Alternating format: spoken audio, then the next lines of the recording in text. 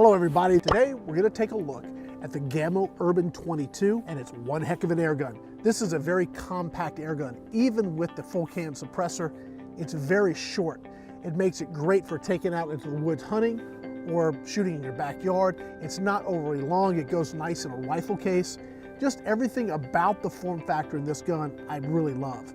The stock, the very solid composite all-weather stock. It doesn't feel cheap, doesn't feel hollow, it feels really good in the hand.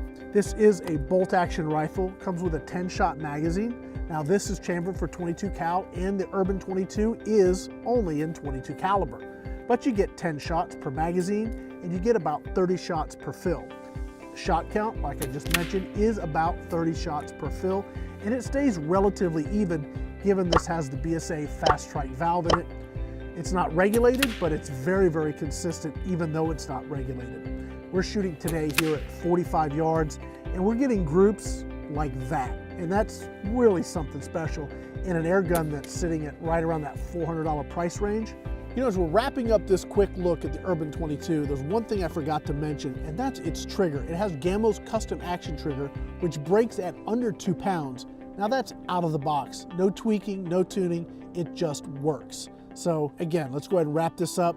Gamo Urban 22, 22 caliber, 22-ish foot-pounds of energy, suppressed, super quiet air gun. The stock is very lightweight, it's compact, it's perfect whether you're shooting in the backyard or you're taking it out into the woods to go do some small game hunting. It's a really, really good option for any of those things you want to do. My name is Rick Utzel with Airgun Web at Airgun Web TV. Thanks for watching.